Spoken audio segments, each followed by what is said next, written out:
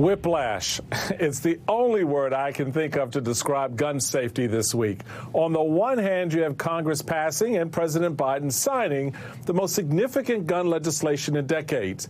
And then on the other hand, you have the Supreme Court striking down a New York gun law that restricted the ability to carry a concealed weapon and could have far greater ramifications on the state's abilities to manage gun access. So where does that leave us? My Saturday night panel is back with me.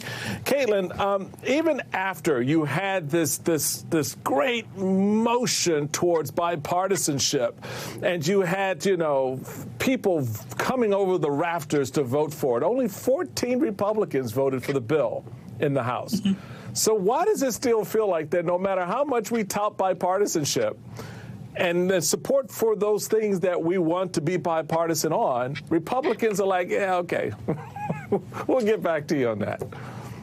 Yeah, I mean, this is an issue that Republicans haven't come around on in my lifetime. I mean, I grew up in upstate New York in a hunting family, and my dad was a paying member of the NRA, right? So I'm very familiar with gun culture in rural America. I really grew up in it. But there's just not a lot of leeway with Republicans. They really feel like gun control laws threaten their fundamental way of life in a way that I think is very difficult for Democrats to message against. I would say that the fact that 14 Republican members of the House voted for the bill is actually a win on this particular issue. And we don't have very many wins in the national legislature anymore. True that. So, Representative Kenyatta, you've got critics out there who are saying that this bill doesn't go far enough, at least in terms of what they want, right? They want something more. They want something better. But is there something better out there? And how do you get there without giving away, talking points going into the midterms? I'm a big football fan, and one of the things you have to do is consolidate your gains. Senator Murphy deserves so much praise for the work that he put into this and getting some things in this bill, that are really good. But make no mistake, this bill is literally the bare minimum of what needs to be done. I'm really excited to see the provisions around straw purchasing. I have a bill around lost and stolen guns here in the Pennsylvania legislature, along with Representative Ben Sanchez from Montgomery County. And there's so much more that needs to be done. We're going to be pushing at the state level. But honestly, if guns were ovaries, Republicans would be going out of their way to protect abortion rights and everything else. But instead, you see these folks doing the bare minimum. And Mitch McConnell said, again, the quiet part out loud.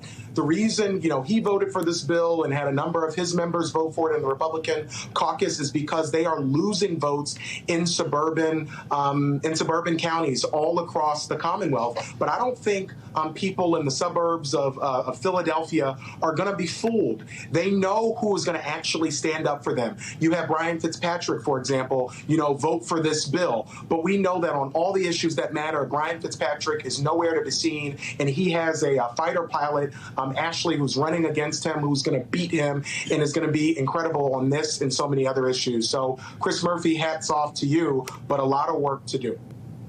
If guns were ovaries, we'll just kind of let that rest on its own merits. Amara, let's talk about the timing of both the SCOTUS ruling and the legislation signed into law. Are these two effectively canceling each other out? One step forward, one step back? They definitely undermine each other. I mean, we know that perhaps the SCOTUS ruling will have an even bigger impact because in a lot of states, such as the state where I live right now, New York, there's real concern here on the part of the governor and the mayor that this is going to lead to an explosion of gun violence if it is implemented as broadly as it could be. And we know that, as we've discussed, that this is a marginal measure.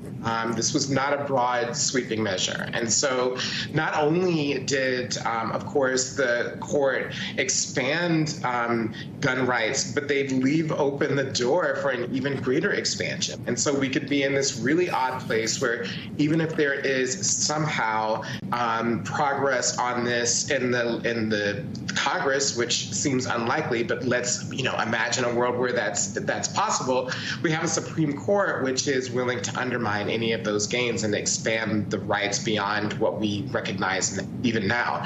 And so I think that what we're seeing here is that this Supreme Court, which clearly has a political agenda and was politically crafted, especially throughout the last administration, is a real threat and danger to so many rights and to safety and security in a lot of ways.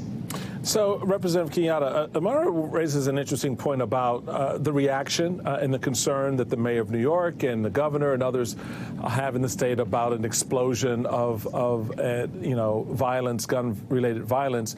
But how bad is this ruling, given that it only applied to 7 states? I mean, Maryland, my state, was one of the states that it applied to. 43 other states already have in place less restrictive concealed carry requirements. So how does this ruling affect them? How bad is it really at the end of the day? I think this ruling is a tragedy, and we're in a place right now here in Pennsylvania where we have been pushing, discharge petition. That's to force a bill out of committee on so many of the issues that we know would actually make communities safer. Expanded background checks, having, a process by which, as I mentioned before, where people, if they lose a gun or have it stolen, where they have to report that. And over again, we see a Republican majority, at least in Pennsylvania, that is really going to be emboldened by this decision. And I have no doubt on Monday that we're going to see, abortion ban bills, that we're going to see bills even expanding the right for people to have permitless carry. They actually gutted and replaced a bill from my colleague, Representative Pete Schroyer, who had a bill about banning assault weapons, and they just gutted it and put in permitless carry. And we know that makes communities less safe.